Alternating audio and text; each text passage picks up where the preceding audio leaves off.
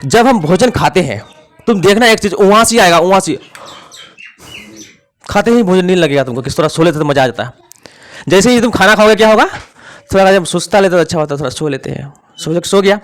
अगर सो गया तुम तो तुमको नींद आ जाएगा भयानक। क्यों होता है ये अवायव्य श्वसन में? क्योंकि तुमको उसमें ऑक्सीजन की अनुपस्थिति में भोजन धीरे धीरे पचने लगता है, और जैसे ही भोजन धीरे धीरे पचेगा तुमको वहां से आएगा थोड़ा खाना खाने के बाद तुरंत ही, और बोलेगा थोड़ा सो लेते तो अच्छा होता है।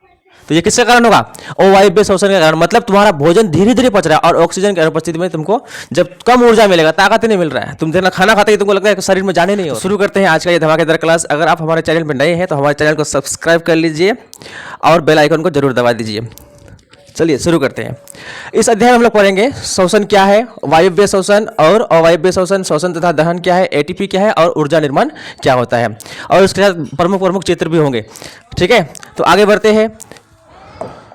यहां से देख लेते हैं। पहला सवाल है क्या, श्वसन क्या है? श्वसन क्या है? मतलब सांस लेना और छोड़ना क्या हो जाएगा? श्वसन हो जाएगा। ये छोटी सी परिभाषा है क्या, कि अगर सांस लेंगे और सांस छोड़ेंगे तो ये हो गया श्वसन की परिभाषा। लेकिन श्वसन की परिभाषा बहुत सारी चीज़ों से होकर गुजरती है। श्वसन जो है हमारे शरीर से बहुत सारी चीज़ से गुजरेगा। जैसे सांस लिए, ये श्वसन ही हमारे जीवन को बरकरार रखता है। हम जब भोजन खाते हैं, मान लिया अगर कोई हम भोजन को खाए, खाने के बाद सिर्फ भोजन चले गया, लेकिन भोजन को पचने के लिए श्वसन की आवश्यकता होती है। अगर श्वसन नहीं होगा तो भोजन ढंग से नहीं पकेगा। ठीक है, तो क्या है श्वसन का परिभाषा देख लेते हैं।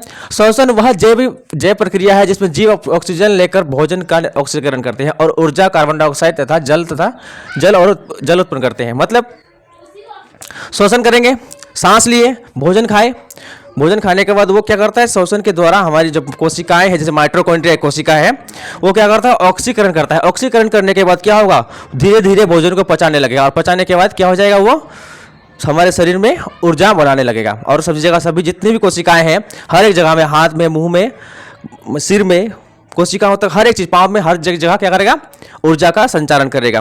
फिर जब ऊर्जा का संचारण होगा तो क्या बनेगा, कार्बन डाइऑक्साइड बनेगा। कार्बन डाइऑक्साइड जैसे ही बनेगा वो बाहर निकलेगा, फिर हम लोग ऑक्सीजन लेंगे, फिर कार्बन डाइऑक्साइड बाहर निकलेगा, और इस तरह ऊर्जा का निर्माण होते रहेगा। मतलब अगर हम क्या करते हैं ना, हम श्वसन में क्या करते हैं, नाक से ऑक्सीजन अंदर लिए। ठीक है, अब क्या कर दिए, श्वास नली होते हुए, हमारी श्वास नली होते कहाँ पहुँचती है, रक्त के जरिए हमारे शरीर की कोशिकाओं तक जाती है। कोशिकाएं क्या करती है, उस ऑक्सीजन के द्वारा भोजन को पचाने में लगा देता है। जैसे ही भोजन पचा, अब क्या करेगा, माइटोकॉन्ड्रिया ऊर्जा का निर्माण कर दिया, और ऊर्जा का निर्माण करने के बाद क्या होगा, हमारे शरीर में वो चीज़ अलग अलग जगह में जाने लगेगा। जैसे हम बोल रहे हैं तो मेरे पास आ गया मुंह में, अगर तुम लिख रहे हो तो कलम में, कोई दौड़ रहा है तो उसका पाँव में, ठीक है, कोई सो के है तो उसका पूरा शरीर में, कोई सोच रहा है तो दिमाग में।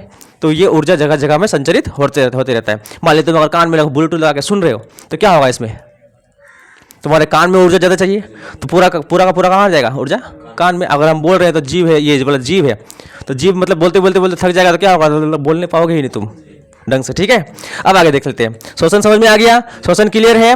अब आगे देखते हैं हम लोग। अब श्वसन में क्या होता है, श्वसन दो चरणों में पूरा होता है। एक होता है वायव्य श्वसन, एक होता है अवायव्य श्वसन। बोला है कि संपूर्ण कोशिकीय श्वसन कितने चरणों में पूर्ण होता है, तो 2 चरणों में पूर्ण होगा। पहला क्या होता है, वायव्य श्वसन, और दूसरा अवायव्य श्वसन। एक है ऑक्सीजन की उपस्थिति में होगा, और दूसरा क्या होगा, जब ऑक्सीजन की उपस्थिति में होगा तो भोजन पूरी तरह से पचेगा, एकदम पूरा शरीर में अट्टा हो जाएगा खा पी कर। ठीक है, अगर ऑक्सीजन की अनुपस्थिति में भोजन ना पचे, अगर ऑक्सीजन की अनुपस्थिति मतलब ऑक्सीजन बहुत ही कम मिल रहा है, तो वो क्या हो जाएगा, अवायव्य श्वसन हो जाएगा। अगर पहली प्रक्रिया हो जाएगी कौन सी, ऑक्सीजन की अनुपस्थिति में, दूसरी क्या होगा, ऑक्सीजन की उपस्थिति में। जब हम भोजन खाते हैं, तुम देखना एक चीज वहां से आएगा, वहां से खाते ही भोजन नहीं लगेगा तुमको, किस तरह सो लेते तो मजा आ जाता है। जैसे ही तुम खाना खाओगे क्या होगा, थोड़ा जब सुस्ता लेते तो अच्छा होता है, थोड़ा सो लेते हैं, सो गया। अगर सो गया तुम तो तुमको नींद आ जाएगा भयानक। क्यों होता है ये अवायव्य श्वसन में? क्योंकि तुमको उसमें ऑक्सीजन की अनुपस्थिति में भोजन धीरे धीरे पचने लगता है, और जैसे ही भोजन धीरे धीरे पचेगा तुमको वहां से आएगा थोड़ा खाना खाने के बाद तुरंत ही, और बोलेगा थोड़ा सो लेते तो अच्छा होता है। तो ये किसके कारण होगा, अवायव्य श्वसन के कारण। मतलब तुम्हारा भोजन धीरे धीरे पच रहा है, और ऑक्सीजन की अनुपस्थिति में तुमको जब कम ऊर्जा मिलेगा, ताकत ही नहीं मिल रहा है, तुम देखना खाना खाते ही तुमको लगता है कि शरीर में जाने नहीं, और ऐसा लगता है ना। जैसे ही तुम खाना खाओगे क्या होगा, तुम्हारा शरीर में जान ही नहीं है। लेकिन थोड़ी देर के बाद जैसे ही तुम काम काज धीरे धीरे काम काज करने लगा तो हो जाएगा कौन, वो आ गया कहाँ, वायव्य श्वसन में। जैसे ही वायव्य श्वसन में गया और कौन नहीं पाएगा हमसे, मार मारेंगे सीधा, एकदम पूरा ताकत आ जाता है। तो किस में आएगा, वो हो जाएगा वायव्य श्वसन में। समझ में आ गया कि नहीं आ गया। अब आगे देखते हैं वायव्य श्वसन, है ना। वायव्य श्वसन तो समझा दिया, लेकिन फिर भी देखते हैं।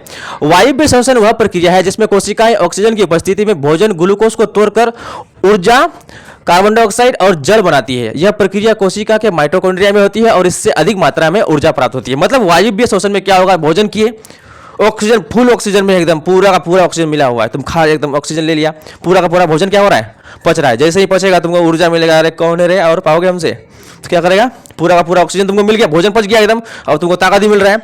लेकिन जैसे ही तुम भोजन ग्रहण किया था तो भोजन ऑक्सीजन कम मिला तो भोजन भी कम पचा। जैसे ही भोजन कम पचा तुमको थोड़ा सोच लेते हैं, तो वो किस में होगा, ये हो जाएगा वायव्य श्वसन में। लेकिन अगर खाना पूरी तरह से ऑक्सीजन की उपस्थिति में अगर पच गया तो तुम बोलता है और कोई नहीं, पूरा काम काज मन क्या लगेगा, काम काज मन करने लगेगा कि जल्दी करे, है ना। तो क्या हो जाएगा, कोशिकाएं क्या करती है, ऑक्सीजन में चले गया, ऑक्सीजन क्या करता है, ये भोजन को तोड़ने लगता है, छोटा छोटा टुकड़ा में तोड़ने लगता है भोजन को, और वो तोड़कर किस बनाती है, ऊर्जा बनाती है। क्या बनाती है, ऊर्जा। ये है एटीपी।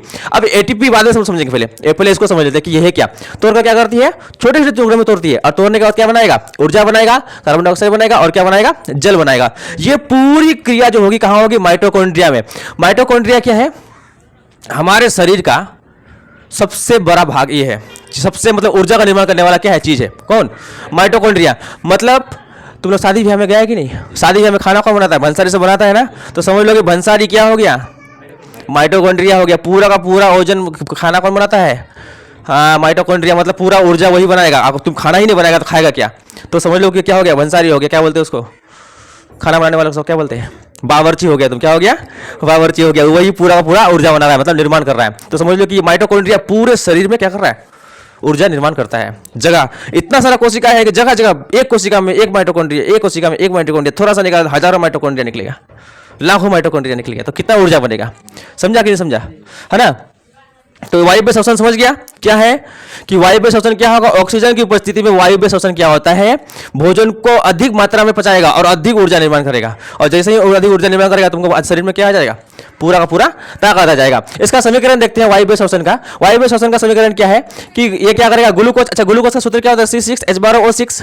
ग्लूकोज का सूत्र क्या होता है, C6H12O6। इसको तोड़ता है कौन ये ग्लूकोज हमारे शरीर में बना, खाना खाए, वायव्य श्वसन में ग्लूकोज बना, खाना खाए तो इसी को तोड़ता है किसमें, ऑक्सीजन की उपस्थिति में तोड़ेगा। तो क्या क्या बनेगा, कार्बन डाइऑक्साइड बनेगा, जल बनेगा और प्लस क्या मुक्त होगा, एनर्जी मुक्त होगा। क्या होगा, एनर्जी मुक्त होगा, मतलब एनर्जी का निर्माण, ऊर्जा निर्माण होगा। क्या होगा, ऊर्जा बनने लगेगा। समझा कि नहीं समझा, ऊर्जा बनेगा और तुमको क्या हो जाएगा, तुम पूरा कामकाज में मन करने लगेगा। समझ में आ गया कि नहीं आ गया, समझ गए। ये वायव्य श्वसन समझ गया।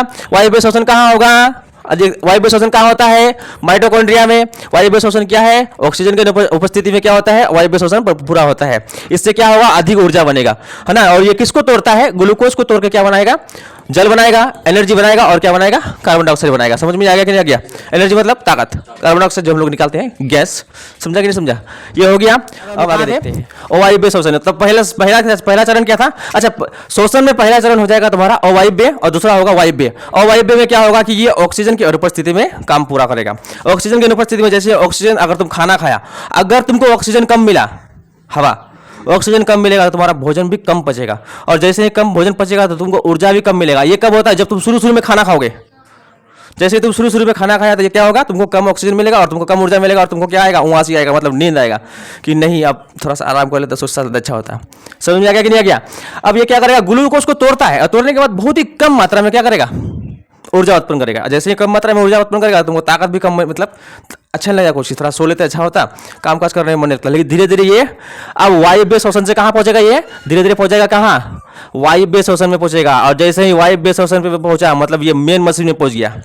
कहाँ पहुंच गया, मेन मशीन में। अब भोजन को पचाना शुरू कर दिया पूरा जोर से, कौन, ये वायव्य श्वसन। पहले तो कम बचा तो तुमको वहां से नींद लग रहा है, खाना खाते शुरू तुरंत ही लगेगा तुमको कि नींद लगेगा। लेकिन जैसे ही पहुंचेगा वायव्य श्वसन में, ये भोजन को जैसे ही पचाएगा शुरू में एकदम पूरा तुम्हारा ताकत आ जाएगा और कोई नहीं मेरे सामने। समझ में आ गया नहीं आ गया। अब आगे बढ़ते हैं, वायव्य श्वसन हो गया। अब देखते हैं आगे। बोला है कि मछली के श्वसन अंग का नाम बताइए। मछली सांस कहाँ से लेता है, किससे लेगा?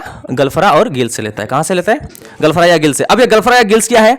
ये गलफरा या गिल्स जिस तरह हम लोग का फेफड़ा होता है, ठीक उसी प्रकार ये लोग का गलफरा होता है। ये गलफरा एक खास किस्म का चीज है, मतलब ये जल में जो होता है, अगर कोई जल, मान ले जल है, जल में ये ऑक्सीजन घुला हुआ है, ये उसी ऑक्सीजन को छानता है। कौन?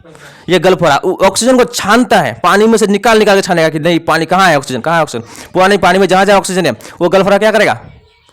उसको छानना शुरू कर देगा, और यही छानते हुए पूरा का पूरा ऑक्सीजन कहाँ चल जाएगा? इसका शरीर में चल जाएगा।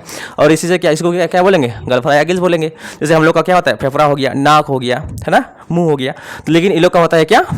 गलफरा होता है। इसी से ये क्या करेगा, मतलब गलफरा या गिल्स क्या है कि ये जल में घुले हुए ऑक्सीजन को छानने का एक छन्ना पत्र है। मतलब जिस तरह हम लोग का फेफड़ा होता है, उसी प्रकार मछली का एक गलफरा होता है। वो क्या करता है? जल में उपस्थित ऑक्सीजन को, जल में मिले हुए ऑक्सीजन को क्या करता है? वो छानेगा, नीचे निकालेगा, और निकालने के बाद क्या करता है? यही चीज क्या होता है? पूरा होता है। जैसे ये क्या हो गया? गिल रेकर से ना, ये छन्ना पत्र, यही गिल रेकर, देखो ये सब छोटा छोटा सब क्या है? गिल रेकर से। यही क्या करता है? जल को, जल में उपस्थित ऑक्सीजन को क्या करेगा? छानता है। समझ में आ गया? ये क्लियर है? अब आगे देखते हैं। अब स्थलीय कीट का शोषण अंग का नाम बताइए। जो स्थलीय कीट है, जैसे तिलचट्टा हो गया, है ना, तिलचट्टा हो गया, टिड्डा हो गया, ग्रासहोपर हो गया, है ना, तो ये इसका शोषण अंग, जैसे हम लोग का फेफड़ा है, मछली का गलफरा हो गया, है ना, हम लोग का नाक मुंह हो गया, तो तिलचट्टा सब में, तेलपिया से बोलते हैं, तिलचट्टा हो गया, उसके बाद कीट पतंग हो गया, टिड्डा हो गया, है ना, तो उसमें क्या होता है? ये क्या होता है? शोषण अंग ट्रेकिया या श्वास नली होता है। क्या होता है? ट्रेकिया या श्वास नली। अब ये ट्रेकिया या श्वास नली क्या है? ये ट्रेकिया या श्वास नली इस तरह का कुछ होता है पार्ट। ये ट्रेकिया है, किसका? ये ट्रेकिया है। तुम देखना क्या बोलते हैं, तुम तिलचट्टा को पलटा कर देखना, सेम टू सेम इस तरह मिलेगा, है ना। तुम तिलचट्टा को ऐसे मान ले, तिलचट्टा का, ये तिलचट्टा का पीछे मतलब पेट है, ऐसे पलटा दिए, उसको पलटा दिए तो क्या होगा? ऐसे करके ये वाला देखो इस तरह करके होता है, उसका पीछे वाला पेट में देखना, तुम ऐसे पलटा हुआ तो जिस तरह इस तरह तुमको दिखाई देगा उसको, तो यही है उसका सांस लेने का केंद्र। हाँ, इसको ही बोलेंगे। देखो यहाँ पर नीचे है, ये वाला हम ऐसे ऐसे करके दिखाए हैं, ये नीचे है, ये नीचे होता है यहाँ पर ऐसे करके, है ना, ये क्या होता है? नीचे। इसको ही बोलेंगे क्या? ट्रेकिया। क्या बोलेंगे? ट्रेकिया बोलते हैं। समझ में आ गया नहीं आ गया, है ना। तो स्थलीय कीट का शोषण क्या है? ट्रेकिया या श्वास नली। तो ये इस तरह का ट्रेकिया होता है, जहां से वो कहाँ, जैसे तिलचट्टा हो गया, टिड्डा हो गया, उसका कहाँ मिलेगा? पेट में। इस पेट में। नाक कहाँ उसका? पेट में। तिलचट्टा का नाक कहाँ? पेट में। उसका मुंह में नाक नहीं, कहाँ? पेट में नाक। टिड्डा का कहाँ? पेट में। कीट पतंग का कहाँ? पेट में। पूरा का पूरा कहाँ मिलता है? कहाँ मिलेगा? पेट में। समझ में आ गया कि नहीं आ गया? अब मान लिए ये तिलचट्टा है, कोई क्या है, मान लिए टिड्डा है, क्या है? टिड्डा। तुम देखा होगा जिसके घर में बहुत ज्यादा तिलचट्टा हो गया, तिलचट्टा मतलब कीड़ा मकोड़ा बहुत ज्यादा हो गया, तो वो लेके आएगा मार्केट से ये लक्ष्मण रेखा, क्या है ना। जैसे ये क्या करता है, मान लिया कोई आंगन है, घर है, ये कोई घर है, मान लिया कोई घर है, और घर में ये मान लिया कोई जगह है, ये ऐसे करके फाड़ दिया लकीर, और यहाँ पर ये तिलचट्टा जैसे ही जाएगा, हाँ क्या समझा, तो क्या है मार्केट से क्या आएगा, इसको बोलते थे ये लक्ष्मण रेखा खींच दिए, है ना, खींच दिए। तो ये ट्रेकिया है। हम क्या बोले, जैसे ही तिलचट्टा उस लक्ष्मण रेखा से गुजरता है, जैसे ही गया तो उसका नाक कहाँ, पेट में। जैसे ही नाक गया सूंघा, इस लक्ष्मण रेखा में जो केमिकल था, ये जो केमिकल है, इसमें जो केमिकल है, इस लक्ष्मण रेखा में क्या है, कहाँ चले गया ये मान लीजिए लक्ष्मण रेखा है, ये क्या है, केमिकल इसमें।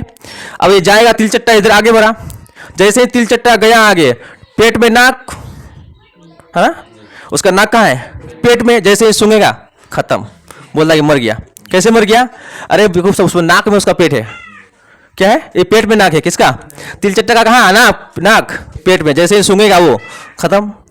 तो इसलिए क्या करता है, घर में ऐसा लक्ष्मण रेखा खींच दोगे तो जैसे ही कोई टिड्डा गुजरेगा या तिलचट्टा गुजरेगा, क्या होगा, फिर सूंघेगा, चूहा जाएगा, फिर नहीं मरेगा वो, लेकिन तिलचट्टे से मर जाएगा, कारण है उसका पेट में नाक है, पेट में नाक है ना। क्या होता है, पेट में नाक होता है। समझ में आ गया क्या? जितना भी कीड़ा मकोड़ा होगा उसका कहाँ होगा, नाक कहाँ होगा, पेट में। कहाँ होगा, पेट में नाक। जैसे हम लोग का मुंह में नाक है, लेकिन जितना भी कीड़ा मकोड़ा होगा वो किस में होगा, पेट में नाक होगा। और इस मान लिया अभी बोले थे इस लक्ष्मण रेखा में, जैसे ही इस लक्ष्मण रेखा केमिकल वाला सब होता है ना, मार्केट में मिलता है, चूना कलर का होता है, जैसे ही इससे टच करेगा, गुजरेगा यहाँ से आते तो तुरंत ढीप हो जाएगा वो।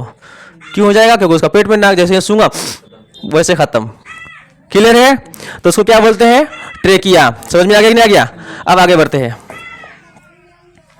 अब कीट पतंग है, जितना भी कीट पतंग है हम बोले, जैसे कीट पतंग बोले टिड्डा हो गया, तिलचट्टा हो गया, बहुत सारा कीट पतंग है ना। बोला है कि कीटों में ऑक्सीजन सीधे उत्तकों को क्यों पहुंचाया जाता है। जैसे हम लोग का पहले फेफड़ा, नाक से फेफड़ा में गया, लेकिन वो लोग का ना फेफड़ा है ना कुछ नहीं है, तो डायरेक्ट उत्तक में क्यों पहुंच जाता है। तो कारण है कीटों में ऑक्सीजन सीधे उत्तकों तक इसलिए पहुंचाया जाता है ताकि उनका श्वास नली, क्योंकि उनका श्वास नली या ट्रेकिया होता है। सिर्फ क्या होता है, श्वास नली या ट्रेकिया होगा। हम लोग का मान लीजिए क्या होगा, सिर्फ में कीट पतंग में जितना भी कीट पतंग है उसे पाया जाता है श्वास नली या ट्रेकिया। तिलचट्टा का तो पेट तो पलटा के देखना, ऐसे टेसे होता है जब जाली टाइप का, इस तरह का होता है जाली टाइप का, इसको ही बोलेंगे क्या, ट्रेकिया, है ना। क्या बोलेंगे, ट्रेकिया। मान लीजिए ये सांस लेने का हम लोग का केंद्र है।